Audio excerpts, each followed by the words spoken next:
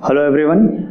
तो आज हम बात करेंगे कैलकुलेशन की, और कैलकुलेशन में हम बात करेंगे मल्टीप्लिकेशन की। बहुत इंपॉर्टेंट पार्ट है ये, जिसका इस्तेमाल खासकर हम लोग को करना होता है परसेंटेज वगैरह में या फिर डेटा एनालिसिस वगैरह में।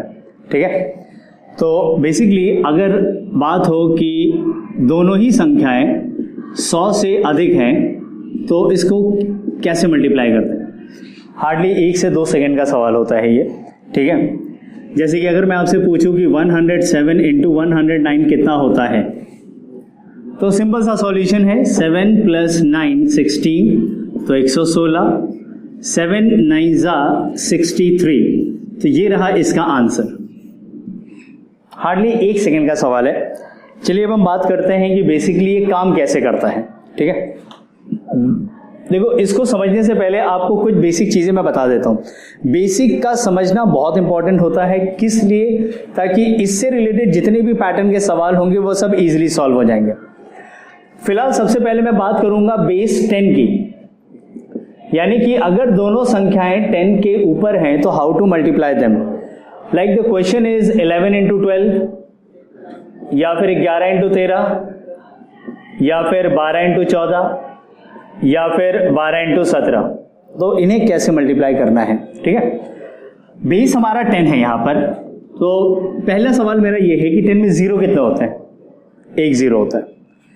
ये 11 जो है 10 से 1 अधिक है, 12 जो है 10 से 2 अधिक है। तो अधिक का मतलब प्लस होता है और कम का मतलब माइनस होता है। तो 1 + 2 3, तो 10 में 3 प्लस कर दो, फर्स्ट पार्ट। सेकेंड पार्ट, क्योंकि 10 में 1 0 होता है तो एक डिजिट के लिए सॉल्व करेंगे। तो ये 1 बड़ा है, ये 2 बड़ा है, तो सिंपली 1 इंटू 2। मैं फिर से रिपीट कर रहा हूं, 11 इंटू 12 करना है आपको। बेस हमारा 10 है, 2 पार्ट्स में टूटेगा। अगर बड़ा है तो प्लस करेंगे और छोटा है तो माइनस। दूसरे पार्ट में हम करेंगे मल्टीप्लीकेशन। ना लो, तो जैसे कि ये 10 से 1 बड़ा है, ये 2 बड़ा है, तो 1 और 2 3, तो 10 में 3 जोड़ोगे 13, 1 2 2, तो 132 इज द आंसर। वैसे ही 11 इंटू 13, ये 10 से कितना बड़ा है, 1, ये कितना बड़ा है, 3, तो 1 + 3 4, तो 10 में 4 जोड़ देना पहले, तो ये आ जाएगा 14। Second part 1 into 3, side by side इसको लिखते चलो। ठीक है, तो 1 इंटू 3 कितना हो गया, 3, तो इसका आंसर कितना आ जाएगा, 143 इज द आंसर।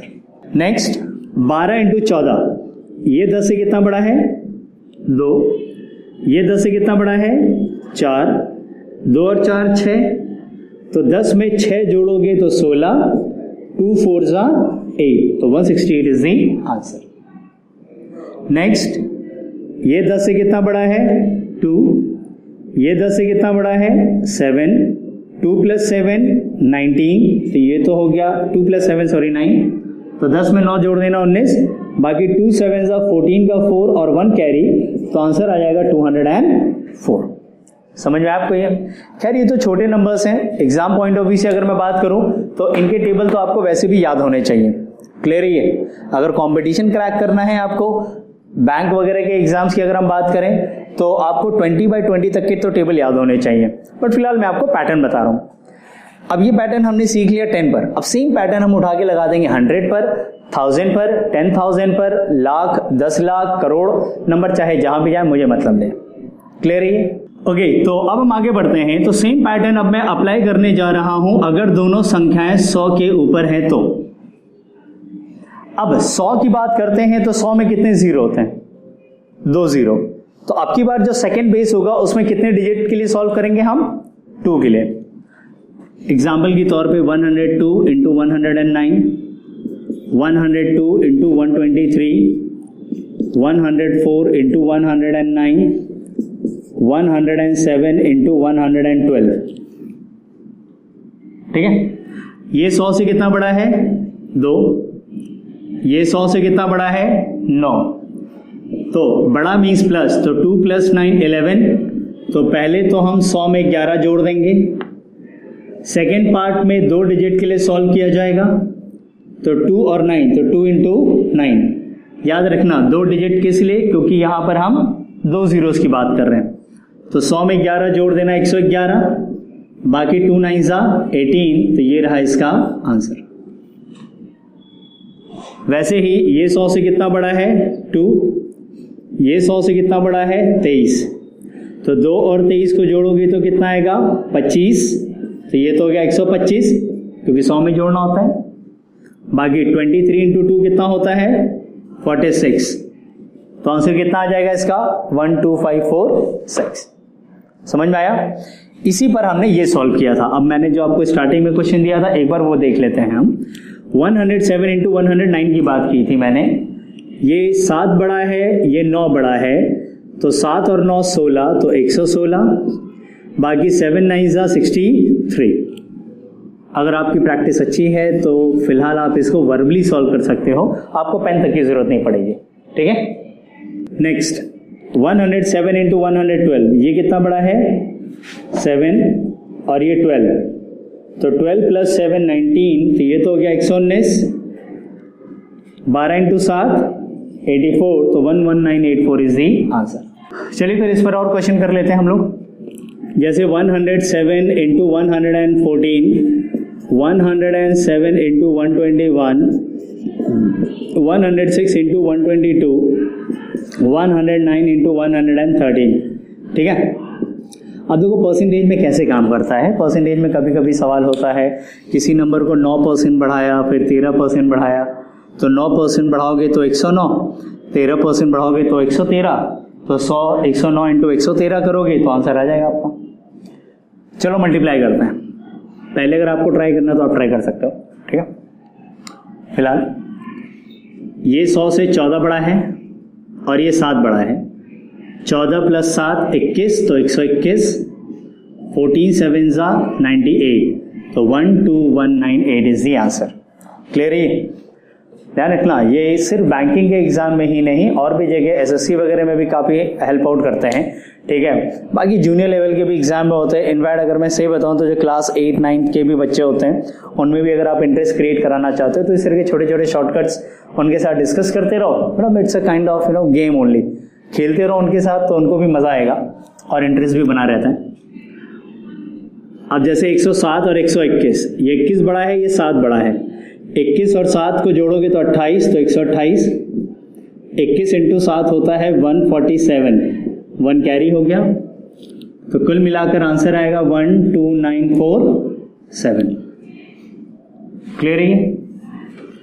अब 106 122, ये 100 से 6 बड़ा है, ये 22 बड़ा है, 22 और 6 28, तो 128 आ जाएगा। फिर 22 इंटू 6 कितना होता है 132, तो 1 कैरी हो गया, 32 लिख लिया, तो आंसर आएगा 12932 इज द आंसर। क्लियर है? नेक्स्ट 109 इंटू 113, ये 9 बड़ा है, ये 13 बड़ा है, तो 9 और 13 22, तो ये तो हो गया 122, 13 इंटू 9 117 होता है, तो 1 कैरी, बाकी 17 ये रहा, तो आंसर आएगा 12317 is the right answer.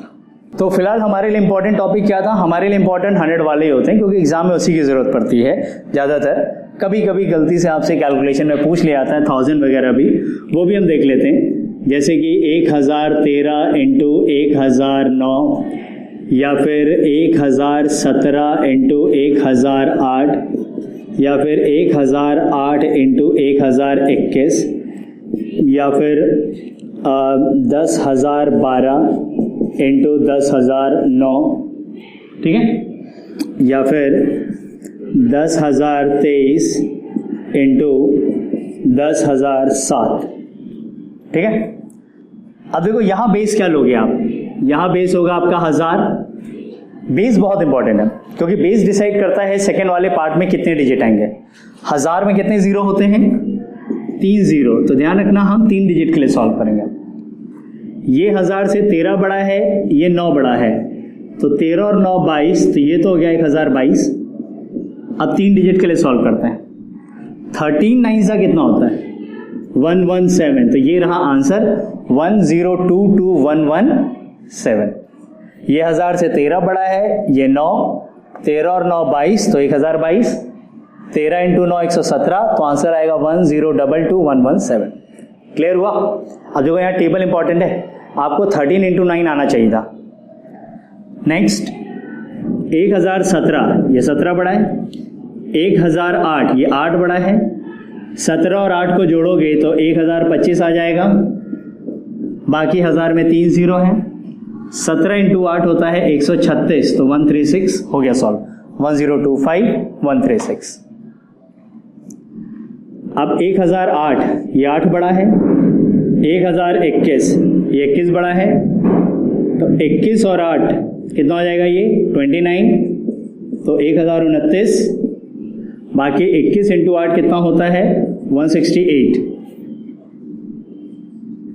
Next अब ये 10,012 10,009, अब बेस हमारा 10,000 होगा और 10,000 में कितने जीरो होते हैं 4 जीरो होते हैं, यानी जो सेकेंड डिजिट होगा वो कितने डिजिट के लिए सॉल्व करेंगे हम 4 डिजिट के लिए। तो 12 और 9 21, तो ये तो हो जाएगा 10,021 और 12 इंटू 9 कितना होता है 108। ध्यान रहे यहाँ 4 ही डिजिट लिखेंगे हम और एक खाली है तो उसको हम बीच में जीरो भर देंगे। समझ में आया आपको? लास्ट क्वेश्चन 10,023 10,007, तो 23 और 7 30, तो 10,030। अब 4 डिजिट के लिए हैं, 23 इंटू 7 कितना होता है ये होता है 161, तो 0161, तो ये रहा आपका आंसर। तो अब नंबर चाहे हजारों में हो 10,000 में हो, इसी तरीके से 1 लाख, 1 लाख में 5 डिजिट, 10 लाख में 6, 1 करोड़ में 7। बस आपको ध्यान ये रखना है कि जो डिफरेंस है उसका टेबल आपको आना चाहिए। अब अगर आपको 23 इंटू 7 ही नहीं आता तो किसी काम का ये नहीं रहा। तो फिलहाल आज के सेशन में इतना ही। नेक्स्ट सेशन में हम बात करेंगे कि दोनों ही संख्याएं अगर 100 से कम है तो कैसे सॉल्व करते हैं। Thank you.